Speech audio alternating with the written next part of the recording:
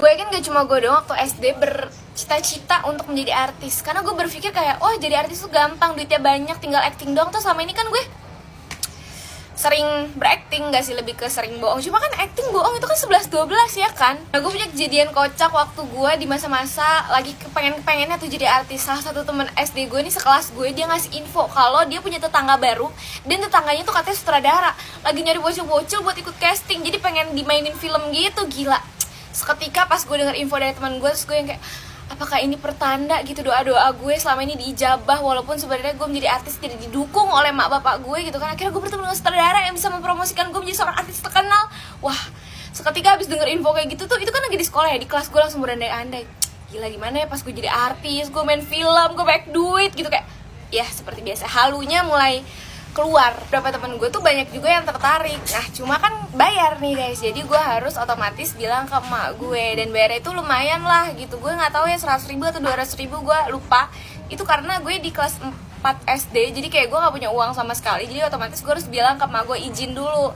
Pas gue balik sekolah gue izin, kagak boleh guys gitu. Terus habis itu besokannya nih, gue liat teman-teman gue yang kemarin udah bilang mau, udah bawa duitnya gitu. Terus pas gue ditanya gimana Pi, ikut gak lu? Terus gue bilang, gue nggak jadi deh, gue nggak tertarik, kayak gue nggak bisa juga kayak gitu-gitu, nggak pengen juga sih gue jadi artis. Padahal kayak dalam hati gue, anjir gue mau banget, ini kenapa harus bayar sih, gue nggak bisa. Ya udah tuh, lu tahu nih tiap hari teman-teman gue yang pada jadi ikut casting tuh latihan mulu tiap istirahat noh di depan kelas. Gue yang cuma ngeliatin doang kayak, ini orang ngeledek gue ya gitu, biasa iri. Terus habis itu sampai dimana beberapa hari kemudian gue dengar kalau mereka ini udah dijadwalin buat casting di rumah si tetangga temen gue ini. Saking penasarannya, gue kan tahu nih rumah temen gue yang tetangga sama sutradara. Saking penasarannya gue kesana, gue ngintip gitu. Gue lihat ternyata ramai banget, mereka semua bawa emak-emaknya pada kayak lagi ganti baju. Dan bener-bener totalitas banget teman-teman gue tuh pada pakai baju yang rapi-rapi banget gitu loh, yang gonjreng gitu. Gue melihat itu tuh kayak bener-bener kesel, gondok banget sama mak gue, kenapa gue nggak dibolehin untuk ikut, padahal kan cuma 100.000 200.000, kayak gue mikirnya gitu pada saat itu. Terus ya udah tuh,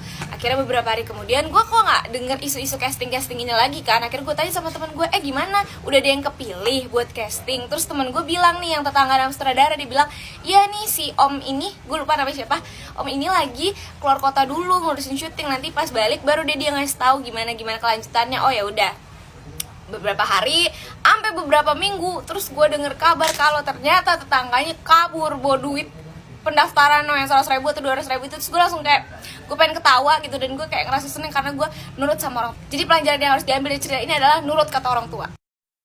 Pas gue SD, gue tuh punya tulisan lumayan bagus ya. Kalau dibanding sekarang kayak emang agak jauh ya bedanya. Cuma kayak dulu sumpah bagus, karena teman-teman gue tuh sering bilang gitu kayak, sumpah kayak di kelas ini yang paling bagus tulisan lo, Depi. Ama sebenarnya ada lagi satu lagi teman gue cewek. Cuma menurut gue tetap bagusan gue. Ih najis, sombong banget. Terus ya udah, itu tuh kita pertahankan, dua orang ini, gue sama temen gue yang punya tulisan terbagus di kelas, kita pertahankan sampai kelas 4 SD, dimana ada murid baru yang datang dengan tulisan lebih bagus daripada kita berdua. Orang-orang kalau ada murid baru biasanya nggak mau tersaingi kecantikan ataupun kepintaran, karena gue punya temen yang ranking 1 terus pas ada murid baru ini dia merasa tersaingi karena ini murid baru lumayan pinter gitu, sering jawab-jawab pertanyaan dari guru.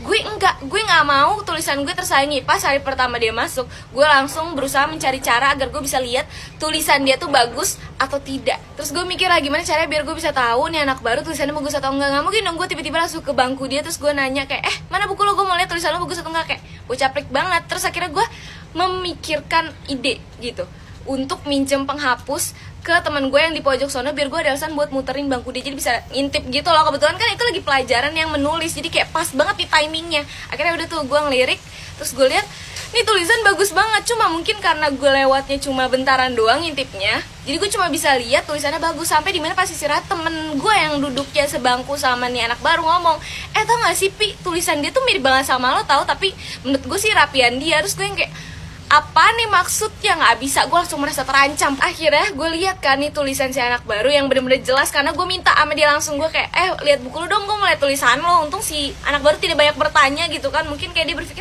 apa nih orang freak banget tiba-tiba minta buku gue, tapi kayak dikasih sama dia. Terus pas gue lihat beneran mirip, dan apalagi huruf S, sumpah ini nggak penting banget, tapi gue nggak suka kalau tulisan gue tuh sama. Terus kayak gue ngerasa, ya apaan sih, gue nggak mau. Akhirnya gue ubah cara tulis gue. Lo tau gak sih, huruf S kan biasanya biasa aja gini kan, gue ubah biar berbeda gitu dibanding yang lainnya. Gue ubah tulisannya tuh kayak huruf Ho tapi dibalik, jadi kayak huruf S, ngerti gak sih? Kayak Kayak gini nih gue contohin. Nih orang-orang kan dulu S-nya kayak gini kan, kayak udah biasa aja gini. Nah gue tuh kayak sedikit mirip angka 5 tuh. Kayak gini kan kayak aneh kan. Demi apapun itu huruf S teraneh gue. Tapi pada saat itu gue berpikir kayak itu keren karena gue beda sendiri, gue unik.